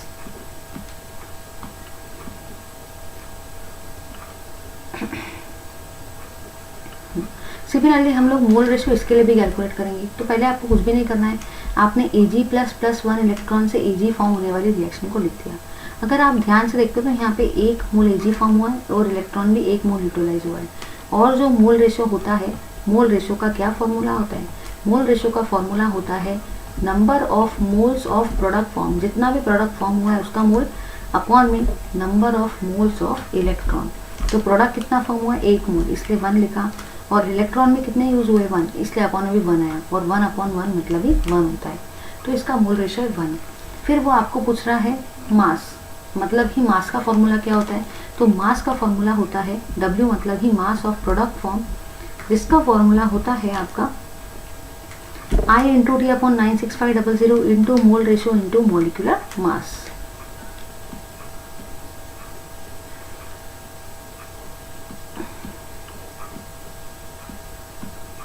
ये भी सारे वैसे ही करना है आपको, बिल्कुल भी कोई चेंजेस नहीं है। फिर उसके बाद में हम लोगों ने डिस्कस किया गैल्वानिक और वोल्टाइक सेल को, जिसको अपन लोगों ने स्टार्टिंग में देखा था। ऐसे सेल जिसमें केमिकल एनर्जी जो है वो इलेक्ट्रिकल एनर्जी में कन्वर्ट होती है, उसको हम लोग गैल्वानिक और वोल्टाइक सेल बोलते हैं। उसके बाद में जो सबसे इम्पॉर्टेंट क्वेश्चन है वो है आपका सॉल्ट ब्रिज, जो कि बहुत ज़्यादा इम्पॉर्टेंट है। तो याद रखना है एक ऐसा ब्रिज, क्योंकि इसका नाम ही है सॉल्ट ब्रिज, मतलब एक ऐसा ब्रिज जो 2 सेल को कनेक्ट करता है, उसको हम लोग सॉल्ट ब्रिज बोलते हैं। ये जो होता है सॉल्ट ब्रिज, इसका शेप यू शेप फॉर्म में होता है, मतलब ये यू शेप का होता है। सॉल्ट ब्रिज का शेप कैसा होता है, सॉल्ट ब्रिज का जो शेप होता है वो यू शेप फॉर्म में होता है। इसको ब्रिज इसलिए बोलते हैं क्योंकि ये 2 सॉल्यूशन को कनेक्ट करता है। ये हुआ आपका सॉल्यूशन नंबर 1 और ये हुआ आपका सॉल्यूशन नंबर 2। तो 2 सॉल्यूशंस को ये जो ब्रिज है ये कनेक्ट कर रहा है, इसलिए इसको बोला जाता है सॉल्ट ब्रिज। सेकेंड थिंग ये है कि जो सॉल्ट ब्रिज होता है वो यू शेप का होता है, इसलिए उसको यू ट्यूब भी बोला जाता है। उसके अंदर में 2 टाइप की चीज़ें होती है। पहला होता है hot saturated solution of KCl and agar agar solution. तो याद रखना कि 2 टाइप की चीज़ें आपके सॉल्ट ब्रिज में होती है, hot saturated solution of KCl और इसी के साथ साथ अगार अगार सॉल्यूशन। तो जब ये दोनों चीज़ों को इसके अंदर फिलअप किया जाता है तो उससे आपका सॉल्ट ब्रिज बनता है। अगर आप ध्यान से देखते हो तो ये आपका सॉल्ट ब्रिज है। सॉल्ट ब्रिज जो है जनरली तो वो 2 सॉल्यूशन को कनेक्ट करता है। समझ लो कि ये एक सॉल्यूशन है और समझ लो ये सेकंड सॉल्यूशन है, ऐसे 2 सॉल्यूशन है, ठीक है। और ये यू ट्यूब के फॉर्म में ब्रिज के जैसा एक्ट करता है। आप लोग कुछ भी नहीं करते हो, एक यू ट्यूब का ग्लास लेते हो और उसके अंदर में 2 टाइप की चीज़ें डालते हो। एक होता है KCl और सेकेंड होता है 5% अगार सॉल्यूशन। अगार सॉल्यूशन काफ़ी स्टिकी नेचर का होता है और उससे ही सॉल्ट ब्रिज बनता है। अब सॉल्ट ब्रिज का काम देखो क्या है, it prevents the mixing of 2 solutions. मतलब जब आप 2 बीकर लेते हो, पहला बीकर और सेकेंड बीकर, और इनके बीच में जब आप सॉल्ट ब्रिज को डाल रहे हो तो ये 2 सॉल्यूशन का मिक्सिंग नहीं होता है, मतलब सॉल्ट ब्रिज प्रिवेंट करता है इनके मिक्सिंग को। इसी के साथ साथ सॉल्ट ब्रिज जो होता है वो मेंटेन करता है इलेक्ट्रिकल न्यूट्रलिटी को in both the solution.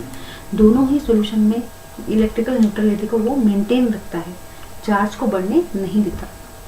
Next thing ये भी है कि ये एक इलेक्ट्रिकल कॉन्टैक्ट भी मेंटेन रखता है दोनों के दोनों सॉल्यूशंस के बीच में। उसके बाद में यहाँ पे कुछ रूल्स है, कुछ रेगुलेशंस है कि कैसे क्या हम लोग सेल को लिखते हैं। तो याद रखना कि जो एनोड होता है उसको हम लोग हमेशा लेफ्ट पे लिखते हैं। ये जो हम लोग बात कर रहे हैं ये बात कर रहे हैं गैल्वानिक सेल की, जिसको हम लोग वोल्टाइक सेल भी बोलते हैं। तो याद रखना कि गैल्वानिक सेल को हम वोल्टाइक सेल भी बोलते हैं। उसमें एनोड नेगेटिव होता है और उसी के साथ साथ उसमें कैथोड पॉजिटिव होता है। एनोड को हम लोग हमेशा लेफ्ट पे लिखते हैं और कैथोड को हम लोग हमेशा राइट पे लिखते हैं, ठीक है। इसी के साथ साथ एक्वस सॉल्यूशन को हम लोग हमेशा मिडल में लिखते हैं। सिंगल लाइन का मतलब होता है फेस बाउंड्री और डबल वर्टिकल लाइन का मतलब होता है सॉल्ट ब्रिज, ठीक है। एक बार हम लोग जरा देख लेते हैं उस चीज को। मतलब आप लोगों ने देखो यहाँ पे क्या लिखा, आप लोगों ने यहाँ पे सपोज लिया A, फिर A से फॉर्म होगा AN+, फिर आपने डबल डैश दिया, फिर BN+ और उससे फॉर्म होगा B। याद रखना ये जो A है इसका मतलब है एनोड, और ये जो है ये है आपके आयंस, फिर ये है आपका आयंस क्योंकि इसके ऊपर चार्ज है, और ये है आपका कैथोड। जो सिंगल लाइन है ये फेज बाउंड्री के बारे में आपको बताती है, फेज बाउंड्री के बारे में सिंगल लाइन बताती है, और जो डबल लाइन होती है वो आपको बताती है अबाउट सॉल्ट ब्रिज। तो इतनी चीज दिमाग में अच्छे तरीके से फिट कर लो।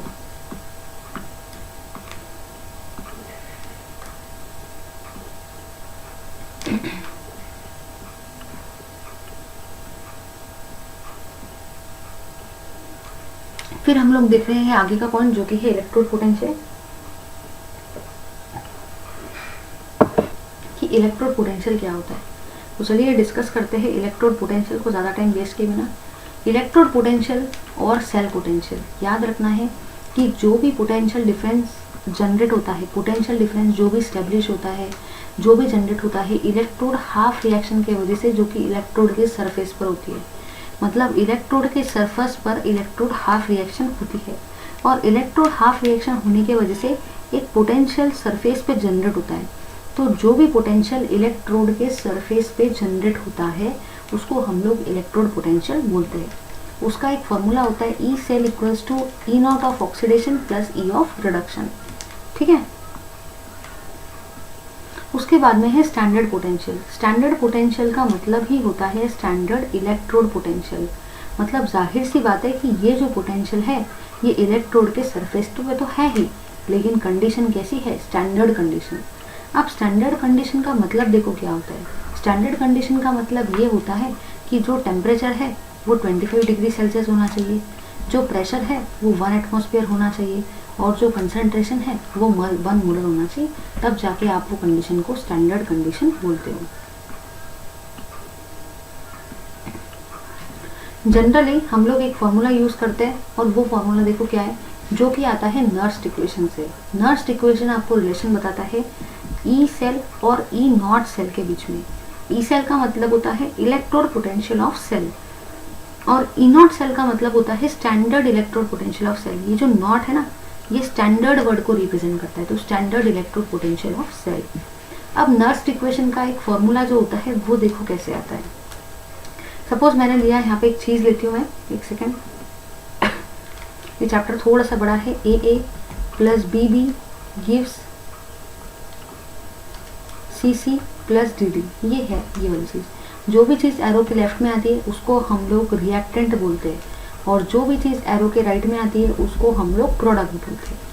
अगर मुझे ई सेल का वैल्यू लिखना है अकॉर्डिंग टू नर्स्ट इक्वेशन, तो नर्स्ट इक्वेशन के हिसाब से ई सेल का मतलब होता है ई नॉट सेल, ठीक है, minus R T upon N F log की base 10 concentration of product upon concentration of reactant. याद रखना कि ये जो नर्स्ट इक्वेशन होता है इसका एक फॉर्मूला होता है, वो क्या होता है, E cell equals to E not cell minus R T upon N F log की base 10 concentration of product upon reactant.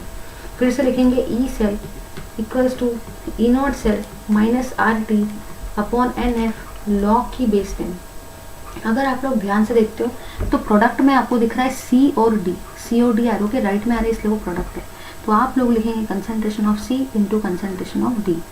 Upon में रिएक्टेंट मतलब ए और बी है क्योंकि वो एरो के लेफ्ट में आ रहे, तो अपॉन में आपने लिखा ए और बी क्योंकि वो एरो के लेफ्ट में आ रहे थे।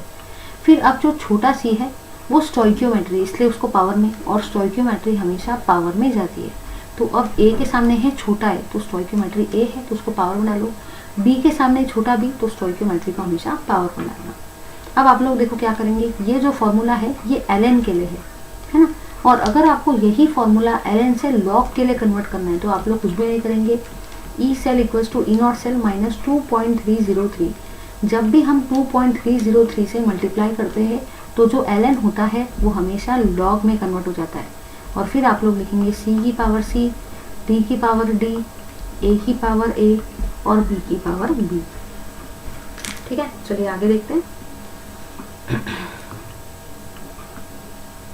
आपको यहाँ पे दो कंडीशन याद रखनी है कि अगर सभी के कंसंट्रेशन इक्वल हो जाए रिएक्टेंट और प्रोडक्ट के, तो हमेशा ई सेल का वैल्यू ई नॉट सेल के इक्वल होता है। यहाँ से एक एमसीक्यू पेपर में इंपॉर्टेंट है, आ सकता है। ये न्यूमेरिकल बिल्कुल उसी कैलकुलेशन पे बेस्ड है। इसके बाद में हम लोग देख रहे हैं इलेक्ट्रिकल वर्क को, तो आपको याद रखना है कि जो भी गिब्स एनर्जी होता है उसको हम लोग हमेशा जी से रिप्रेजेंट करते हैं। याद रखना गिब्स एनर्जी का मतलब ही जी होता है और चेंज इन गिब्स एनर्जी का मतलब डेल्टा जी। तो हमेशा याद रखना कि जो भी आगे दिया है, यहाँ पे कुछ मिलेगा नहीं आपको, यहाँ पे आपने ये देखा कि जो भी डेल्टा जी है, डेल्टा जी का वैल्यू होता है N F E cell minus N F E cell. एक सेकेंड मैं आपको समझा के देती हूँ। यहाँ पे आपको याद रखना है, एक सेकेंड, कि जो भी जी होता है, जी का मतलब होता है गिब्स एनर्जी। याद रखना, जी का मतलब गिब्स एनर्जी होता है। डेल्टा जी का मतलब होता है चेंज इन गिब्स एनर्जी। फिर आपको ये भी याद रखना है कि डेल्टा जी का मतलब ही होता है minus NF E cell. N का मतलब होता है number of moles of electron. F का मतलब होता है फैराडे ऑफ इलेक्ट्रिसिटी जिसका वैल्यू 96500 होता है। और ई सेल का मतलब होता है इलेक्ट्रोड पोटेंशियल। और डेल्टा जी का मतलब होता है गिब्स फ्री एनर्जी और change in Gibbs free energy. अगर मैंने सपोज इसको लिया डेल्टा जी नॉट लगा है मतलब स्टैंडर्ड कंडीशन है, तो यहाँ पे फॉर्मूला तो सेम ही रहता है लेकिन ई सेल के ऊपर में नॉट रहता है। जब यहाँ पे नॉट नहीं है तो यहाँ पे भी नहीं है। जब यहाँ पे नॉट आ गया मतलब अगर Gibbs free energy standard state में है तो ईएमएफ के ऊपर में नॉट आ जाता है क्योंकि ये भी स्टैंडर्ड स्टेट में आ जाता है। उसके बाद में आपको ये भी याद रखना है कि डेल्टा जी का मतलब क्या होता है। डेल्टा जी का मतलब होता है माइनस NF ई सेल, इसी के साथ साथ माइनस RT ln के भी होता है और इसी के साथ साथ ई नॉट सेल का वैल्यू ऐसे निकाला जाता है।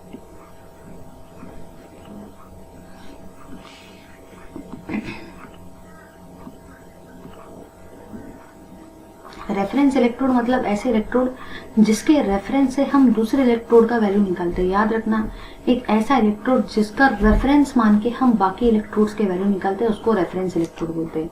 और सबसे बेस्ट रेफरेंस इलेक्ट्रोड है SHE मतलब ही स्टैंडर्ड हाइड्रोजन इलेक्ट्रोड।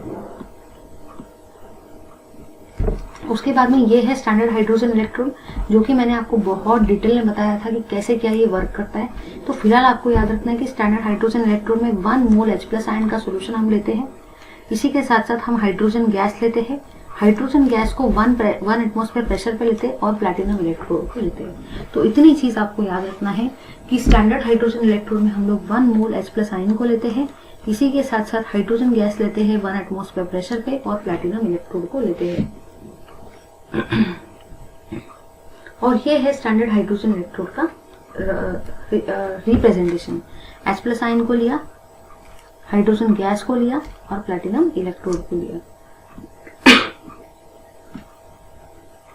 अब कुछ डिफिकल्टीज है SHE में। यहाँ पे डिफिकल्टी ये है कि स्टैंडर्ड हाइड्रोजन इलेक्ट्रोड जो है उसका पहला जो प्रॉब्लम है वो ये है कि हाइड्रोजन गैस जो होनी चाहिए वो प्योर और ड्राई होनी चाहिए। और प्योर और ड्राई हाइड्रोजन को लाना बहुत ही मुश्किल काम है। प्योर हाइड्रोजन कहाँ से मिलेगा भाई। सेकंड कंडीशन ये भी है कि जो प्रेशर है वो 1 एटमॉस्फेयर पे ही रहना चाहिए। अब भाई आपको तो पता है कि प्रेशर जो है वो तो वेरी करते रहता है, उसको 1 एटमॉस्फेयर पे रखना बहुत ही डिफिकल्ट काम है। तो प्रेशर को 1 एटमॉस्फेयर पे मेंटेन करना बड़ा ही डिफिकल्ट काम है और प्योर और ड्राई हाइड्रोजन गैस लाना भी बड़ा ही डिफिकल्ट काम है। नेक्स्ट ड्रॉबैक ये भी है कि H+ आयन के कंसंट्रेशन को 1 मोल पे रखना ये भी डिफिकल्ट काम है। तो ना तो हम प्योर और ड्राई हाइड्रोजन गैस को ला सकते हैं, ना तो हम कंसंट्रेशन को 1 मोलर मेंटेन कर सकते हैं, ना तो हम प्रेशर को 1 एटमॉस्फेयर मेंटेन कर सकते हैं। तो ये कुछ डिफिकल्टीज है जो स्टैंडर्ड हाइड्रोजन इलेक्ट्रोड में हमको फेस करना पड़ रहा है। फिर उसके बाद में होता है वोल्टाइक सेल और गैल्वानिक सेल के 2 टाइप। पहला होता है प्राइमरी वोल्टाइक सेल और सेकेंड होता है secondary voltaic cell. Primary voltaic cell मतलब ऐसे वोल्टाइक सेल जिसको आप रिचार्ज नहीं कर सकते। याद रखना, ये ऐसे सेल है जिनको हम रिचार्ज नहीं कर सकते। और सेकेंडरी वोल्टाइक सेल मतलब ऐसे सेल जिनको हम रिचार्ज कर सकते हैं, खत्म होने के बाद हम उसको रिचार्ज कर सकते हैं। जैसे कि मोबाइल की बैटरी, जब आप उसको उसकी बैटरी डाउन हो जाती है तो आप उसको रिचार्ज कर सकते हो, है ना। ड्राई सेल जो है ये पूरा का पूरा पोर्शन डिलीट हो गया है, तो ड्राई सेल आपको नहीं पढ़ना है। उसके बाद में है लीड स्टोरेज बैटरी, ये भी पूरा का पूरा पोर्शन डिलीट हो गया है, तो लीड स्टोरेज बैटरी भी आपको नहीं पढ़ना है। ठीक है, कुछ भी नहीं पढ़ना है लीड स्टोरेज बैटरी का।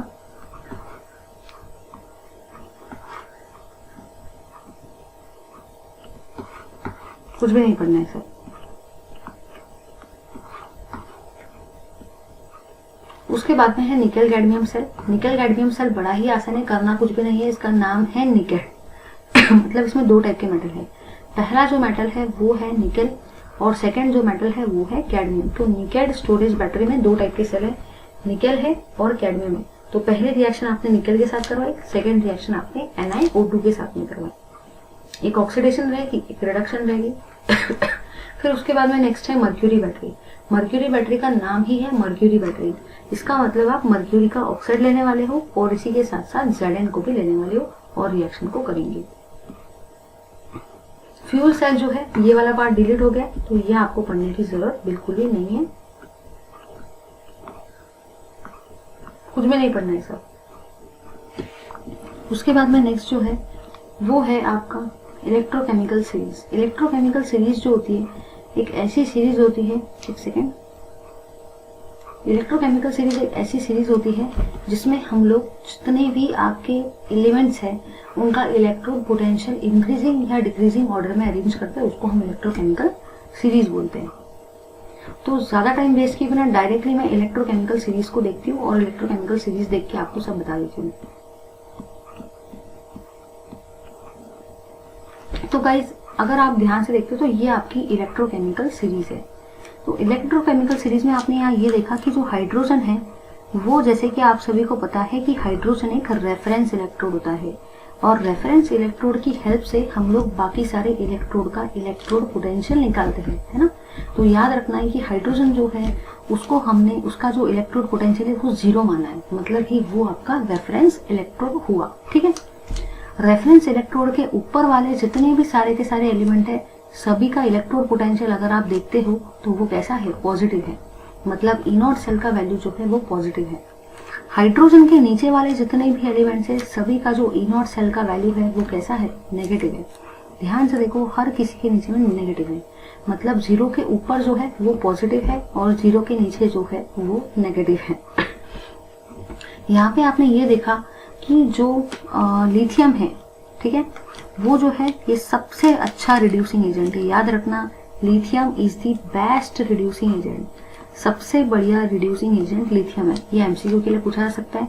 इसी के साथ साथ आपको ये भी याद रखना है कि जो फ्लोरीन है, फ्लोरीन सबसे बेस्ट ऑक्सीडाइजिंग एजेंट है। तो ये आपको कुछ पॉइंट जो है वो याद रखना है, ठीक है। Let's stop here. Thank you very much for watching this video. Keep watching my video. Please do like, share, comment and subscribe to our channel. Thank you very much.